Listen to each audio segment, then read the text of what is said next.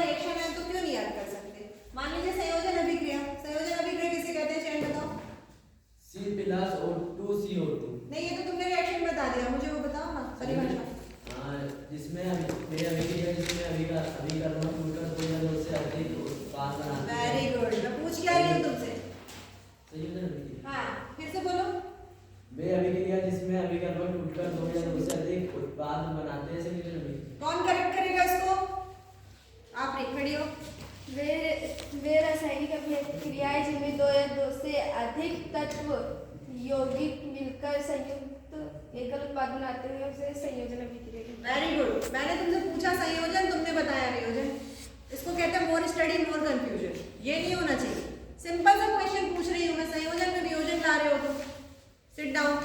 अभी जो इसने बताया वो क्या था, कौन बताएगा? इसने जो अभी मुझे बताया वो क्या था बताओ। कौन सी थी? संयोजन थी कि वियोजन थी जो चयन ने बताया? वियोजन थी। और मैंने पूछा क्या? संयोजन। तो ये कंफ्यूजन नहीं होना चाहिए। चयन आप बताओ संयोजन अभिक्रिया किसे कहते हैं? वे रासायनिक अभिक्रिया जिनमें दो या दो से अधिक तत्व या यौगिक संयुक्त होकर एकल उत्पाद बनाते हैं संयोजन अभिक्रिया। करेक्ट, अब सही है। अब देखो, अब इसका जो रिएक्शन है बहुत इजी है। अगर हमने वो छोड़ दिया, मान लीजिए कार्बन और ऑक्सीजन ये दोनों मिल रहे हैं तो CO2 बना कि नहीं बना? बना। अब इतना सा लिखने में तुम्हें कितनी दिक्कत थी? तो ये संयोजन है कि नहीं है? कार्बन और ऑक्सीजन मिलके क्या बना रहा है? Carbon dioxide.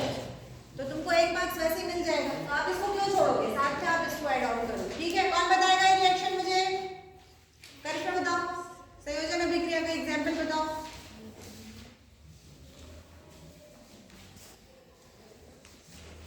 कौन बताएगा? संयोजन अभिक्रिया का रिएक्शन बताना है। अब भी बताया मैंने। सुहानी अभी बताया, जस्ट अभी बताया। देख के भी नहीं बता पा रहे हो। बताओ वैशाली। C+O2CO2। हाँ, ये केमिकल रिएक्शन है, रासायनिक अभिक्रिया में आता है, उदाहरण में आता है। और कौन सा है ये एग्जाम्पल? संयोजन अभिक्रिया का। अब वियोजन में आ जाते हैं। तुम इतना कंफ्यूज क्यों हो रहे हो? इसीलिए बहुत सारी अभिक्रियाएं हैं, अगर उनमें से तो कोई एक ही आएगी ना, कोई भी एक आएगी जंबल करके, तो तुम इतना कंफ्यूज अभी से हो रहे हो तो बाद में एग्जाम में क्या करोगे? तो कंफ्यूजन नहीं रहना है, इसलिए प्रैक्टिस बार बार करनी है लिख लिख के। अब सेकंड वाला वियोजन। चलो वियोजन का अब भी मुझे चयन में इसकी परिभाषा बताया। अब मुझे वियोजन अभिक्रिया कौन बोलकर बताएगा? परिभाषा बताओ जी। वे रासायनिक अभिक्रिया जिनमें अभिकर्मक टूटकर दो या दो से अधिक छोटे उत्पादों में खंडित हो जाते हैं वियोजन अभिक्रिया। करेक्ट किया इसने, सही है। अब इसका एग्जाम्पल आप देख लो।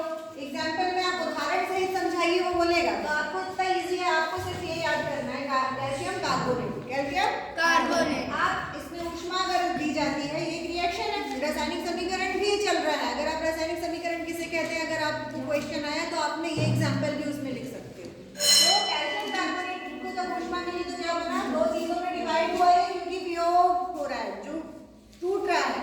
तो एक बन गया कैल्शियम ऑक्साइड और एक बन गया कार्बन डाइऑक्साइड। तो ये वियोजन हो गया। अब इसमें हम विस्थापन की अगर हम बात करें तो आपको इसमें सिर्फ लेफ्ट हैंड साइड का याद करना है, Fe+CuSO4।